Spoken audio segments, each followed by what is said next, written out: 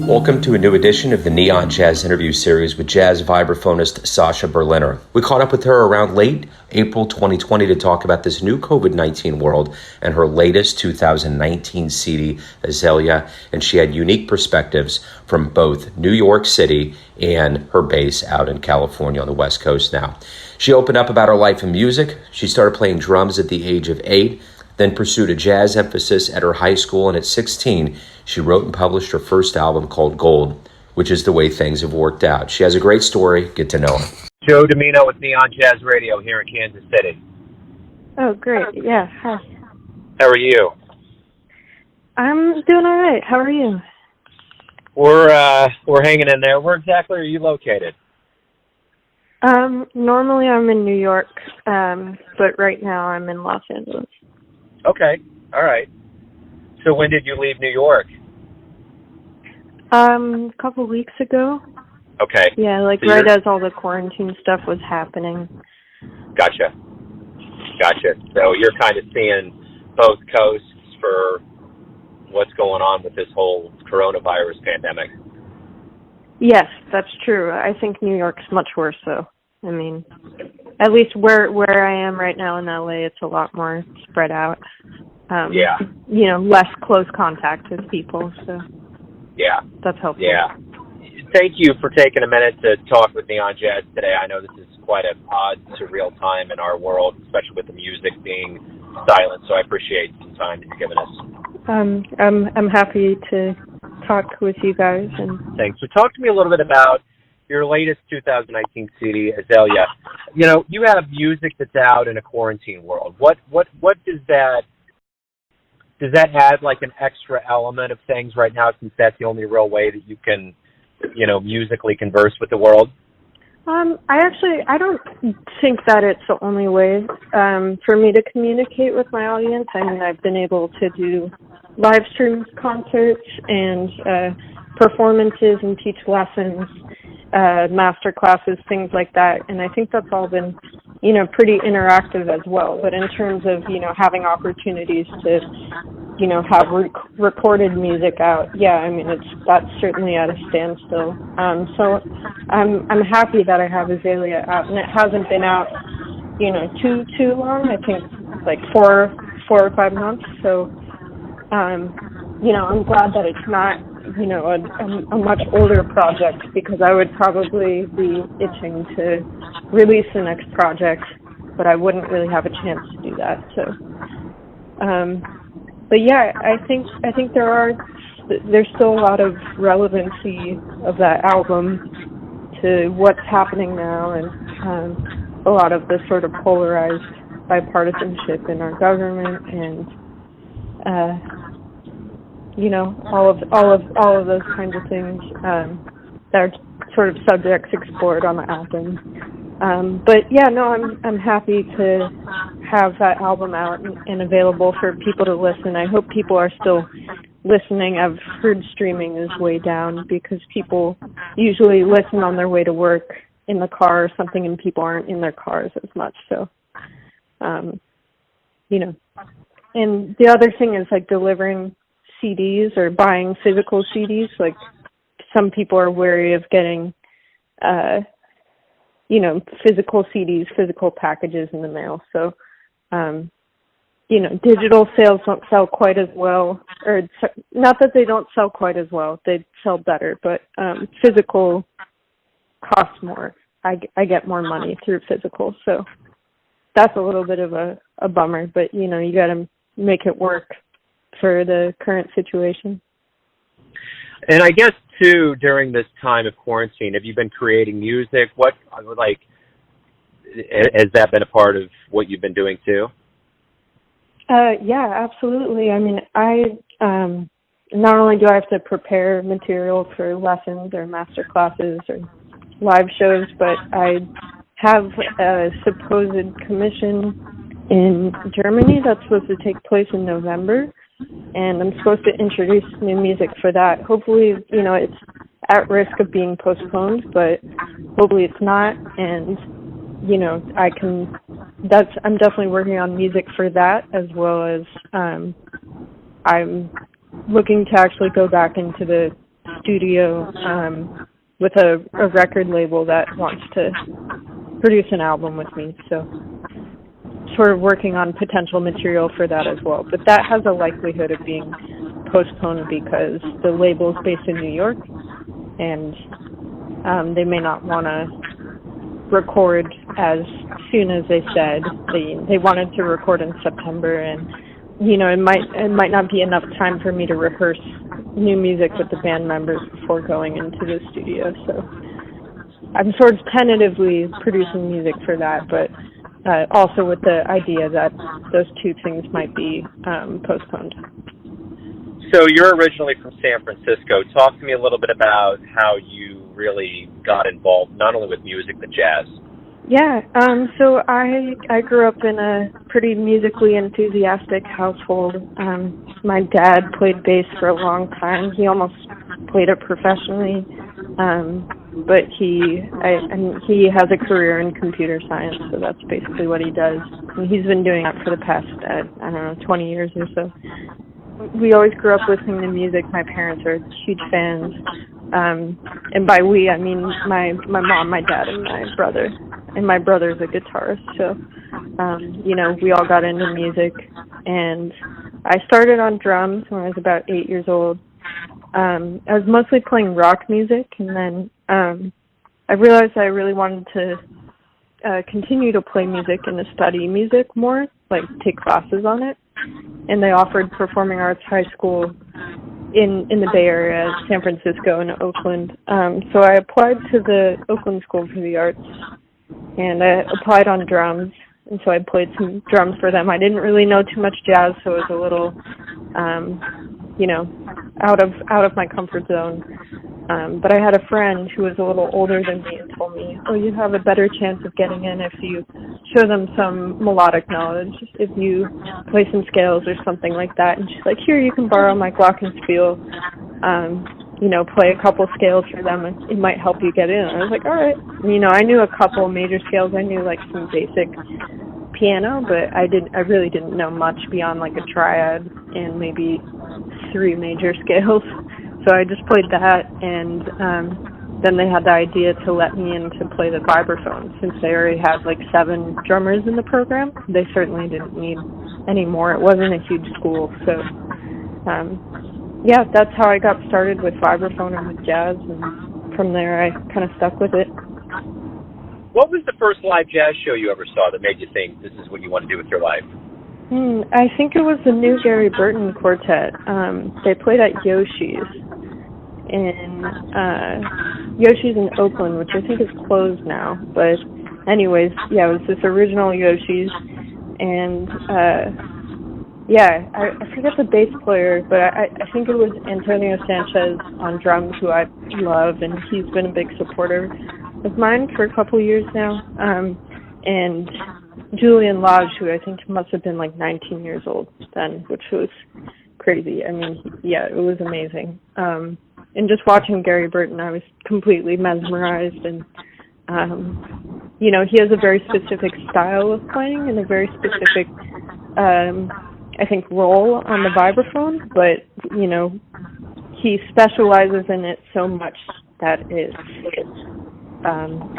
one of a kind. Yeah, whether or not you like it. I mean,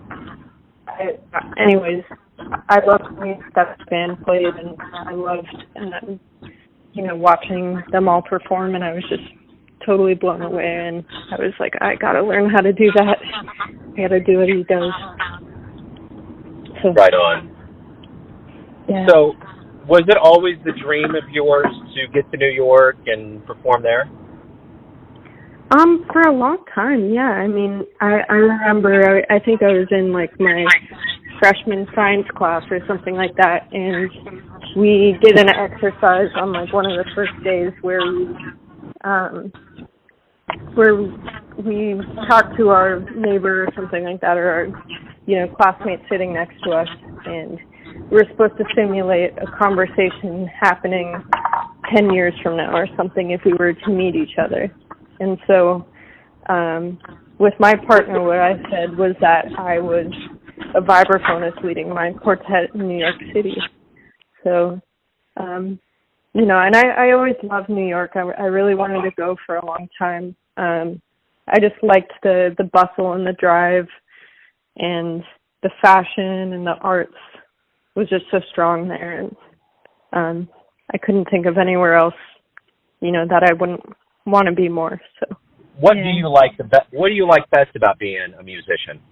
I think it's amazing that you can make a living through expressing yourself. I mean, it's a little more complicated than that, of course, but that's the essential principle, and that's just been amazing. I'm definitely in love with the journey of constantly finding your artistic voice, seeing where it leads you over time, because it can really evolve so much throughout your lifetime. And just imagine, we don't even know possibility, or we don't even know like where our voices will lead us in 2 years and 5 years and 10 years. And I think that's absolutely amazing and fascinating. And I love that it's such a product of the experiences we go through and the things that we encounter in our lives that are completely unique to each of us as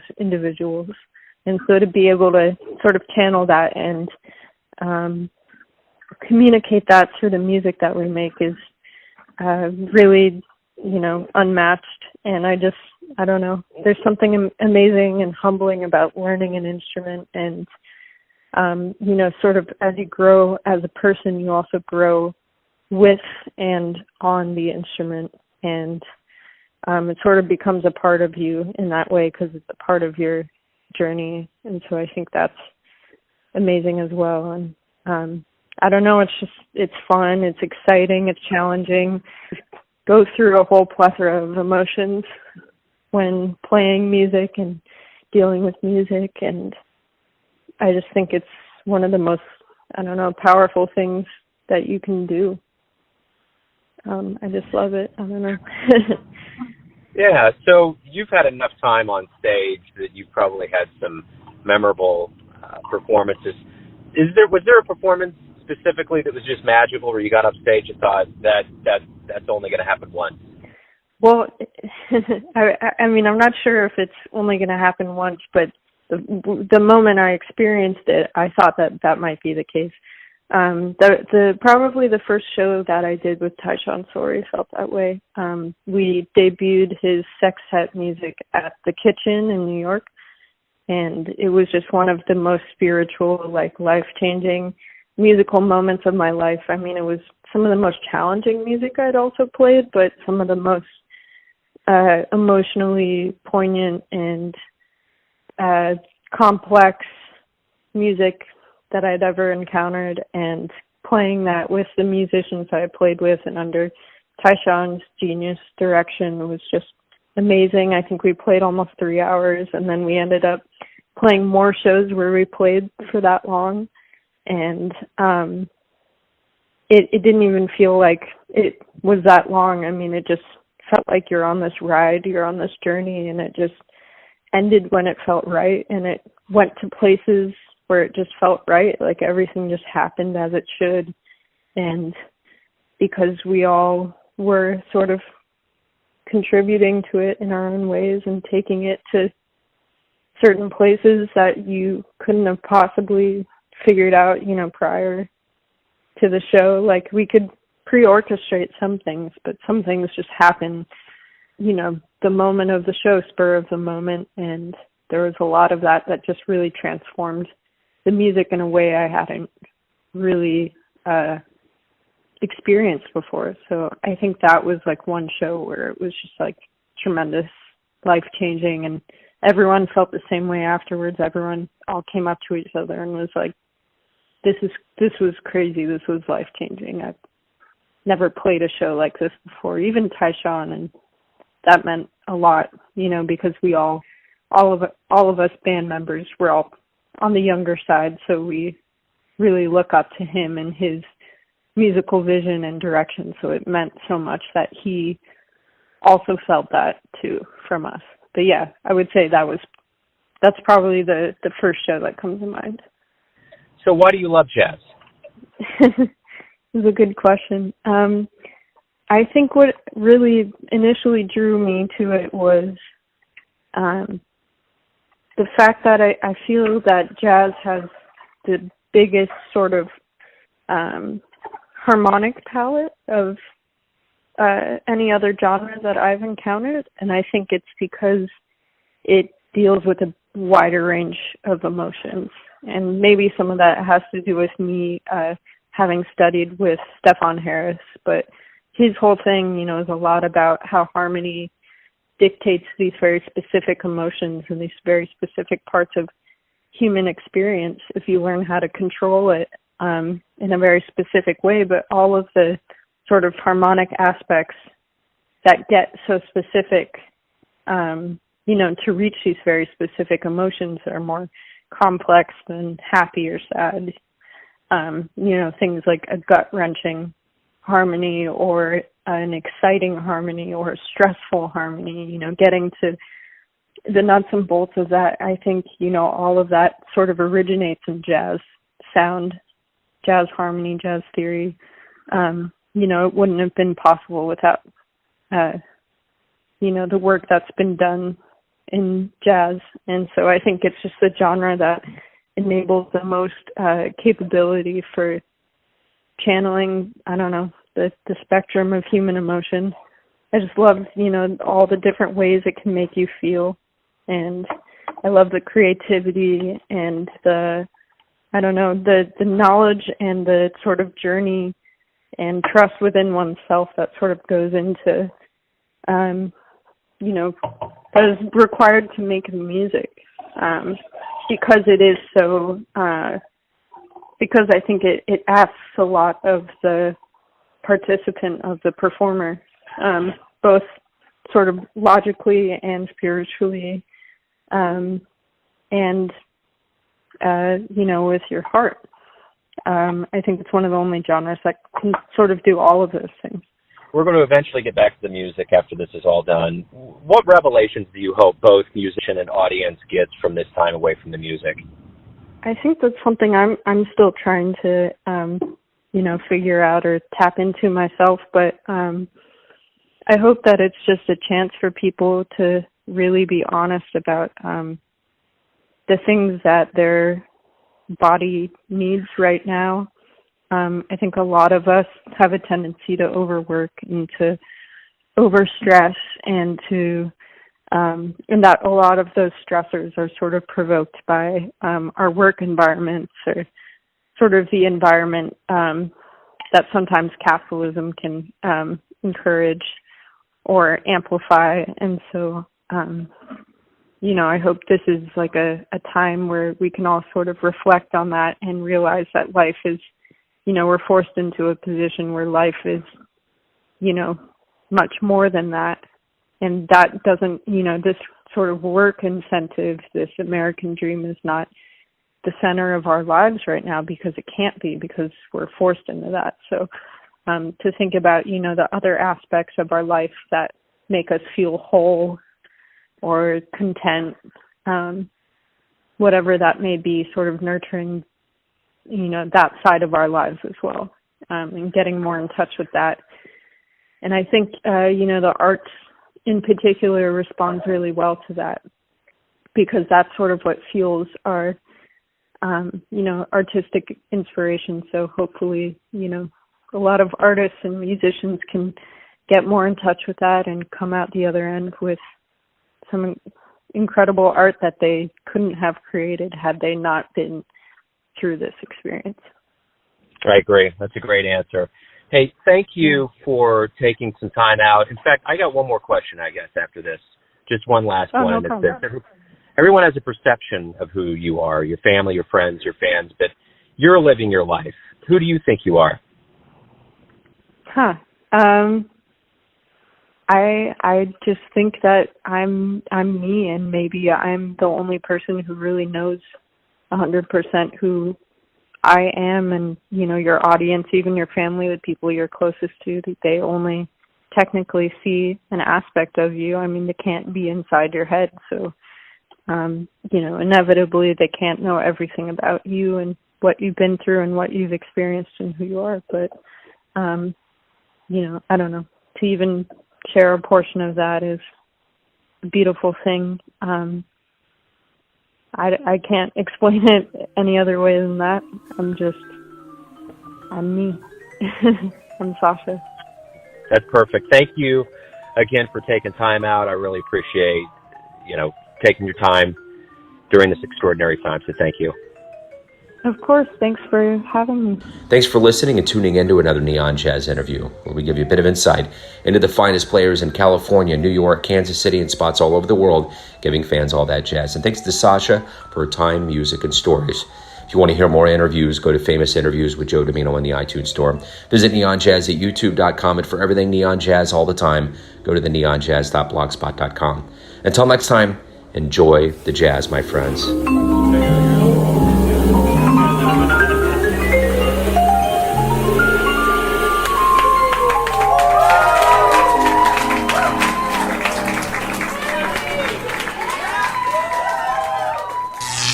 Neon Jazz.